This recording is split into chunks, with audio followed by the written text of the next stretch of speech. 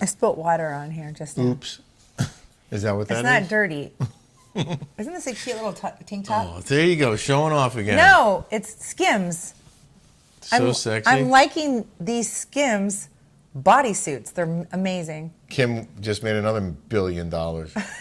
You're welcome. Printing money, that girl. Welcome to your Daily Smash for Friday, January 26, 2024. I'm Rick. I'm Kelly. I'm wearing a birthday sweater. Kelly got me. Oh, it's so cute, right? An old man sweater. I like these sweaters. You do? Mm-hmm. I like it too. It's very comfortable. Oh, good. Don't forget to subscribe here on YouTube if you haven't yet. You might be unsubscribed at some point, and you'll have to resubscribe, but we appreciate that very much. Yes, thank you. As we build towards 50K and perhaps 100K, and we can get a plaque. I just want that plaque. Hey, Yes? this color looks great on your green eyes. Oh, thank you. Look very handsome. I had a wonderful birthday. Thank you again for... Going to Benihana's? Yeah. It was fun, but just being with our family. It's funny. Fun facts. Yeah. So we were at Benihana's yesterday, and I said, Stephen Aoki is a big, huge DJ. Like, he's pretty big. Like, And his sister Devin's a model. and his sister Devin's a model. They all grew up here in Orange County. Did not know that. I told Jolie, and she's like, no, they did not. And I'm like, yeah, they did. Google Stephen Aoki. She goes, oh, my God, he went to Newport Harbor. And I'm like, I told you. I think I met the dad years ago, the guy who started Benihana. Yeah. Also, you should subscribe on Patreon. Our interview with the Patriot Barbie Lindsey Graham is this week on the Rick and Kelly Show on Patreon.com. And next week, Conservative Ant will be our guest. And he is absolutely hilarious. It's a much longer version of this. It's uncensored. It's commercial free. And we hope you'll join us there. How great was Patriot Barbie? Her story is pretty compelling. Oh, my God. What a force. Yeah. A force to be reckoned with. Yeah. Happy Friday, everybody. Happy Friday. We do have one other bit of commercial news. Our intern, Bryn, helped update our website, and you can now order Rick and Kelly swag with our new logos, sweatshirts, hats, shirts, all kinds of stuff in different colors. People were asking about colors. You can get a green, a black, a red, whatever. You know, there's like 5 or 6 different colors you can choose from on a variety of products at rickkellyshow.com. So she came today to help us on the computer. She's great. Yeah. This girl's a college student. She's awesome. Yeah. And she just seems like so wholesome and like down to earth, right? Uh-huh. And I'm like, God, I wish you like moved over here. She's like, yeah, well, my parents are going to be moving to like Ventura. And I'm like, oh, because they lived here first, and then they moved to LA, and then they want to move to. That's further, Ventura? It's kind of like where Baby Dish lives, Stacy and Adam.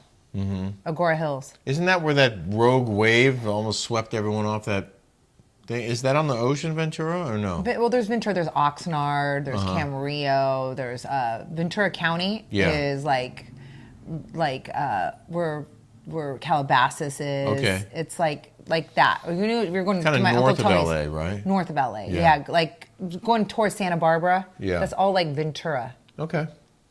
We have some Channel Islands. We have some breaking Bravo news. Mm-hmm. The Daily Smash is going to, I think, break this story.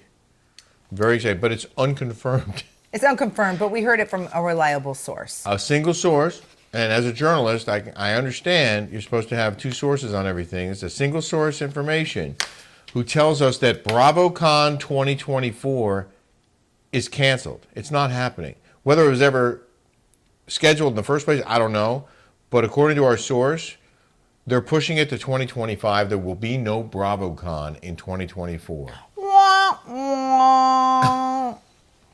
So we were discussing the cost of BravoCon because allegedly, reportedly, it's because they didn't make any money on it. They lost money on it. I don't know. And listen, if they have BravoCon 2024, forgive me, I didn't say definitively it's not happening.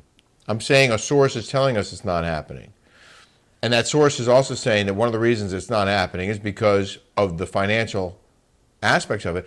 You have 8,000 people buying tickets for between $500 and $2,000. So let's say the average is $1,000. That's $8 million in revenue from ticket sales, right? A lot. But you have 120 Bravo celebrities getting paid apparently 10 grand a piece. Well, I think they do like the higher talent. Yeah. Like Gene and Emily probably get 5. Oh, okay. Because they're low. So there's a range of compensation. There's a range, yes.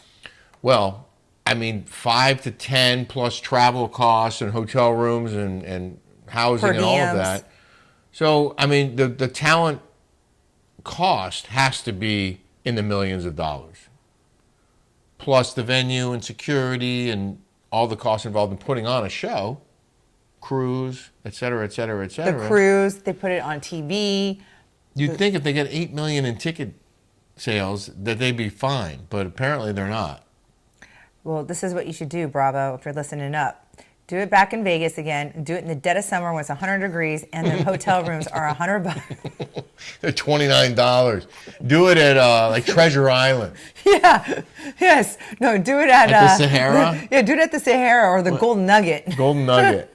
Do it in Old Vegas. Do it in Old Vegas. At Jack Binion's, where you can play dollar blackjack, and the rooms are probably $29.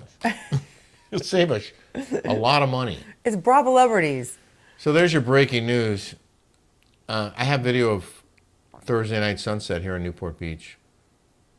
I don't think I left the house all day today. I did. I left to go get a mammogram today, and this is why I don't like PPO. It's because like, you have to call like all different types of things. I had Kaiser for like 10 years. It's one network. It was like easy. Everything was in-house. They had all my files there. Now that I have this Aetna PPO BS, I pay $2,000 a year to have a concierge doctor, which I love because I can call them right away. I don't have to go through all that. That I do like. But I have Hashimoto's, so I have to go see an endocrinologist, and I don't like the endocrinologist that I have, so I want a new one. Then they don't get me in till March. Then my doctor does all these things. He says, I feel a lump. Go get you have to go to something diagnostics. So I call it diagnostics, and then I call. Hey, why don't you move to Canada? They have socialized medicine. No, because that's worse. Everybody that lives in Canada hates it. Everybody that lives in England, they hate socialized. So you never got the mammogram? No, because I told them I had like a little cyst in there, and she goes, well, you can't come here. You have to go to something diagnostics. I'm like, but I need to get a mammogram. Was it Quest Diagnostics? It's okay. You don't have to look it up. I don't know. Some diagnostics. So it's like where you have to do like an ultrasound first, I guess. I don't know. So then I go, wait, but I haven't had a mammogram since 2020. Wow. Aren't you supposed to get them every year? Yeah, but time goes by like that. It does. It goes by like that. I don't know where that 4 years went.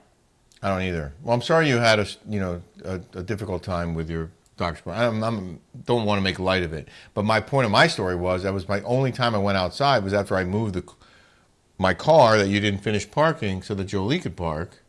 After I moved my car into the spot, I was walking back inside. I saw this incredible sky, so I walked to the beach. We're 4 doors from the sand here, and the sun was setting, so I got some video. Aww. So beautiful. Isn't it? Yes. Man, it is nice here, and I know that. I mean, the weather's been crappy for everybody. It's been cold and rainy here for the last few weeks, but today turned out to be a pretty nice day, and the sunset was gorgeous. It was beautiful. Yeah, we promised to review American Nightmare for you guys, and if you haven't seen it by now, too late. Spoiler alert! Spoiler alert! Spoiler alert! Can you say that 5 times fast? Spoiler alert, spoiler alert, spoiler alert, spoiler alert. Spoiler alert. Spoiler alert. Spoiler alert. Spoiler alert. American Nightmare is a 3-part documentary series on Netflix. It's fantastic. Wouldn't you agree? I agree. It's about this couple, Denise Huskins. I got to make sure she's paying attention. Denise Huskins and Aaron Quinn. They are the stars. They participated in this documentary. Denise Huskins was kidnapped from her bedroom and held for, I think, 3 days. And the boyfriend, Aaron Quinn, reported the next morning. He said he'd been zip-tied. I want to know how he got out of those zip ties. They never explained that in the documentary. I know. I want to know. I want to know, too. in any event, he went to the police, reported it, and they couldn't believe the details of his story and of the alleged abduction were so outrageous that the cops are like, this guy must have done something to us. He probably murdered his girlfriend, and he's trying to. This guy comes in. They get like hit. They get drugged by NyQuil. He wears like wetsuit. He has like puts goggles, blacked out goggles on the girl, and puts her behind throws her in behind the gun with a laser pointer. Yeah. And he said they were wearing.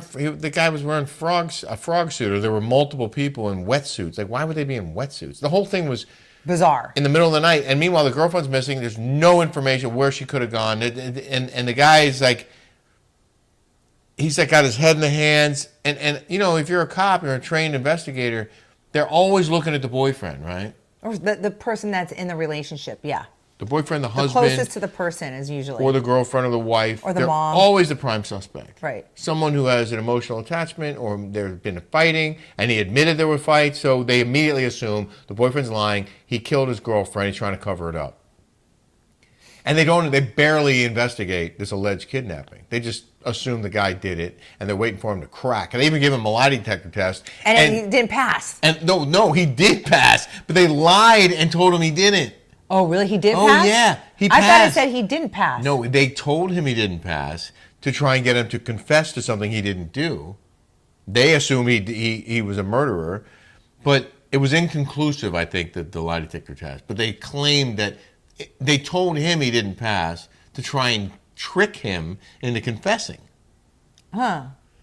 So the documentary takes you through the whole story of what happened, the investigation or lack thereof, how she eventually shows up like 3 days later at her parents' house in Huntington Beach, like 4.5 hours away from where she was being held. Yeah, Vallejo is right by San Francisco. It's like the East Bay of like Oakland. You find the Oakland airport. It's like right there.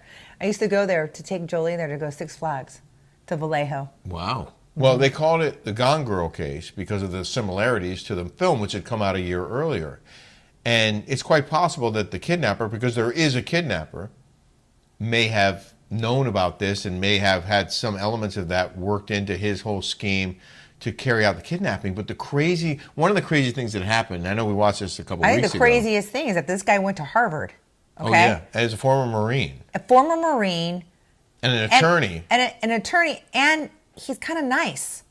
Well, I don't know if he's nice. He kind of was nice. He did some nice things. Like, he felt bad. Like, he broke into the homes of other women and was apparently going to sexually assault them, rape them. And then when they cried and told him sob stories, he was like, oh, I can't do this. Yeah. You really should get a dog. Then you wouldn't have people like me breaking into your house. He was giving him tips. And then he would leave.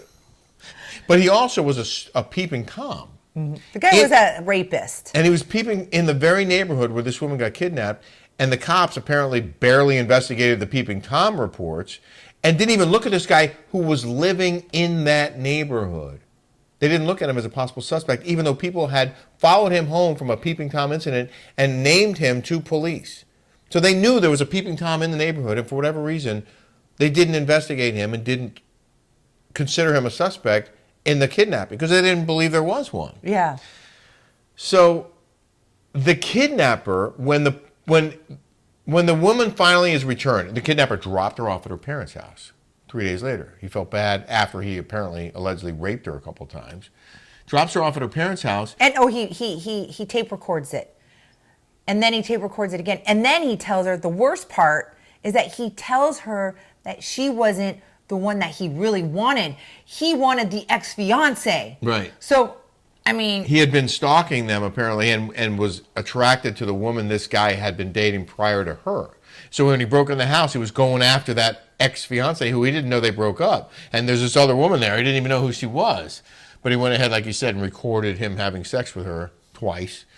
And so, but what I thought was fascinating was after she's returned and she goes home, the cops hold a press conference and basically call her a liar. They say, she's not cooperating. We don't believe her story. She wasted all of our time and resources. We're going to prosecute her. We're going to go after her for a false report, even though she'd been kidnapped and had horrible things happen to her.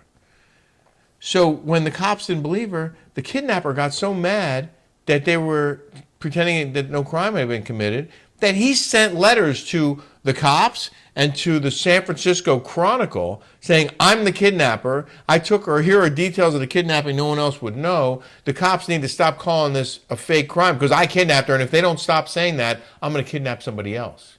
And you know what he does? He goes out and does that. He goes out and kidnaps somebody else or tries to. They didn't believe. They didn't believe. And eventually, one cop, cop, a good girl cop, comes in, and boy, she was a badass. And she investigates this other incident and then finds evidence. They track down who was responsible. She actually did the investigation. She did a great job, that lady. Yeah. And when they get to his cabin in the woods, they find evidence that ties him to these other crimes, including the kidnapping of this woman who this is based on. And she pieces it together, and eventually they charge him with that kidnapping as well. And talk about having egg on your face. The Vallejo Police Department. Vallejo, right? Was it Vallejo? Vallejo. The Vallejo Police Department. We're watching this show, and I'm like, please tell me they sued and got a huge settlement. Oh, no, Rick goes, no, you said, no, Rick goes, I bet you they got a couple $1 million out of this. You said it before we even knew. No, Rick goes, I bet they got a couple $1 million. And I'm like, please tell me they did. Please tell me they sued and got money. And sure enough, they filed a lawsuit, and the police department settled for $2.5 million, which, as many people have pointed out, is probably not enough. It should have been more. $2.5 million? Yeah. How much do you think they should have gotten? I would have doubled that at least. $5 million. $5 million. Yeah, at least. I mean, think about it. They have to pay the lawyer a third, and then I assume that's taxed. They wind up with less than $1 million for having their entire lives destroyed by a police department that was too lazy to investigate. Well, they kept calling them a hoax. They kept calling them liars. Right. And listen, I have ultimate respect for law enforcement. My mom hates and Bobby doesn't, by the way. Bobby was like, can I say? Yeah, she said, I hate cops. I'm like, well, I don't. I appreciate them, respect them. I love what they do. I'm so glad they're out there doing the dirty work. There's always an egg in, you know, what is it? There's always a bad egg. Yeah. In every... One bad apple don't spoil the whole bunch, girl. Oh, Mom, can I get an apple? That sounds good, actually. In any event, this department did not do its job. And I'm sorry that they didn't. They're probably sorry they didn't. Thanks, Mom. Oh, look at that. You want something, Rick? Bad apple. I'm not going to eat yet because we're performing we're doing a show here. And I don't want to talk with food in my mouth. What's that, honey?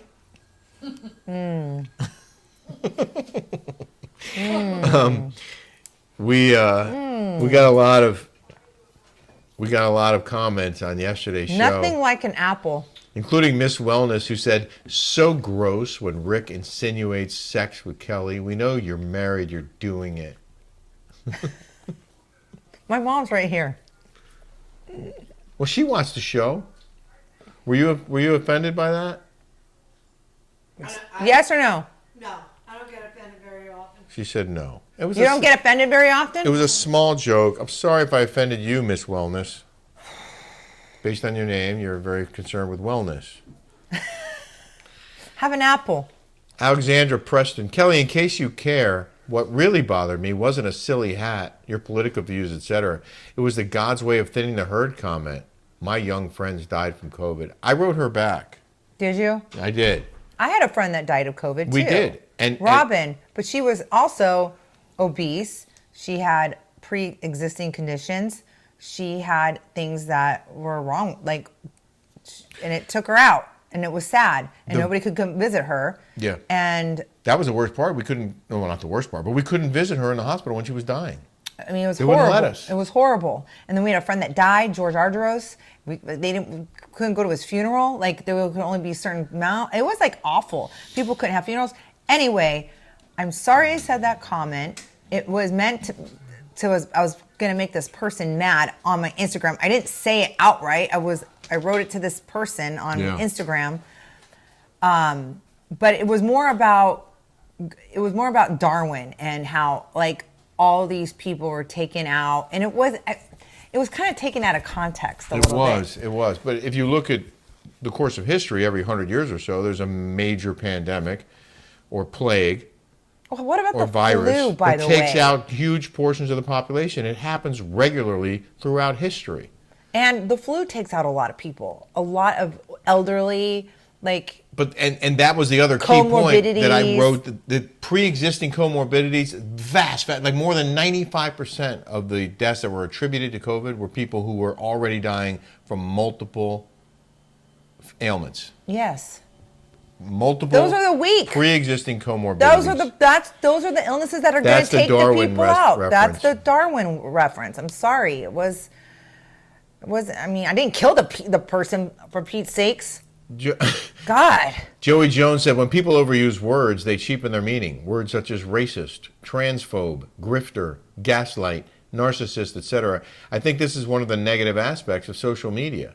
As someone who is living with a narcissistic abuser that gaslit me for 10 years and grifted my life savings out of me, I can tell you from experience how offensive it is. No, you two are not grifters. And if Ellen is so offended, perhaps she should spend less time watching you and more time reading a dictionary. Okay, I want you to put this in our thing. Read this. Now we're talking about social media. It's Oh Mike Tyson. Social media made you all way too comfortable with disrespecting people and not getting punched in the face for it. Mike Tyson. That's awesome. Send me that. All right, I don't want to do too many negative comments. I don't think it's negative. But CeeLo's fat Who's said, fat? "Are you kidding me?" Sorry. Hi. And we're back. And we're back. Kelly went to accept a photo on my phone and stopped the recording. Oh, my head itches. Okay. Can I read this one more comment from CeeLo's Fat? About remember we announced we did a public service announcement? Or a service public announcement? Yeah, service public announcement. So we did a service public announcement yesterday about a recall of some items being sold at Sam's Club and Costco, some charcuterie meats. And one of our smashers, CeeLo's Fat, said, "Are you kidding me? I literally ate my Costco charcuterie last night. I was making charcuterie after work with that Costco crap for the past 2 weeks. I also live in Illinois." Hey, CeeLo's Fat, how you feeling today? Yeah, do the runs. Are you okay? I hope you're okay. Oh, no, it is dangerous. Yeah. What did I say? Processed meats are dangerous. Like when you're pregnant, you're not allowed to eat that because it has that like listeria in it. You're not supposed to like. CNL4524. So enjoy watching each morning. Y'all are the perfect couple. Rick, I'm sure you know Dr. Phil is starting a new news network. You would be perfect lead anchor. Thank you very Rick. much. So I looked it up today. You did? I did. Oh, wow. I did my due diligence. I was like, oh, I did not know that Dr. Phil was launching a new we learned news so network. much from you smashers out We there. appreciate these factoids that you guys share with us all the time. Oh, I learned so much from you guys. So you're not going to believe this. What? But the person who Dr. Phil hired to run his new news network is Joel Cheatwood, who I worked for in Miami. Cheatwood? That's his last name? 35 years ago. Cheatwood is his name. Cheatwood. Joel Cheatwood.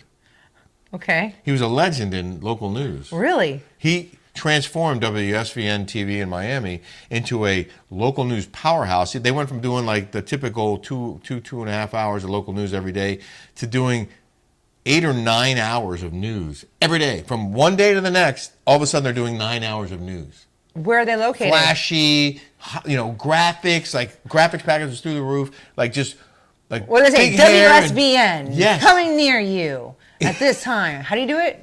How do they do the intros? Next time on the South Florida's news station, WSVN 7. Something like that. Now, it's time for your late local news with Rick Leventhal and Kelly Dodd.